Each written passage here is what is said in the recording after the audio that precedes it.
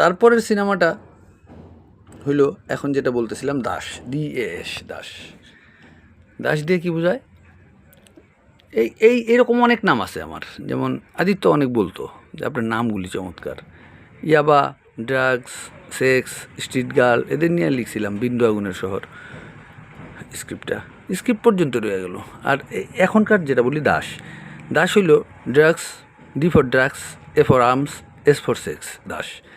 এই তিনটা জিনিস যে সেই ইতিহাস বা প্রাগ ইতিহাস থেকে আজ পর্যন্ত সমস্ত বিশ্ব সভ্যতা বা মানুষের যাপন ও জীবনে নিয়ন্ত্রণ করে, এই তিনটা জিনিসই যে সমস্ত কিছুর কূটকৌশল, এই জিনিসটাই দেখানো হইব এই সিনেমায়। হইব বলতেছি এই কারণে, আমার সিনেমা তো একটা মাত্র ছাড়া আর বানানোই হয় নাই, আর হইব কিনা জানি না। তবে আমি আমার সিনেমার গল্পগুলি বলবো, আমি আমার সিনেমাটারে প্রত্যেক দিন বুকের ভিতরে আপডেট করব, এটাই হইল আমার কথা। অদৃশ্যে দৃশ্যমান আমার সিনেমাগুলি।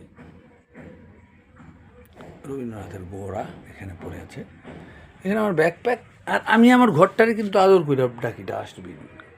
শিল্প এবং অশিল্পের এক অদ্ভুত সমন্বয়। আমি একই সাথে শিল্পের পক্ষে, একই সাথে বিপক্ষে।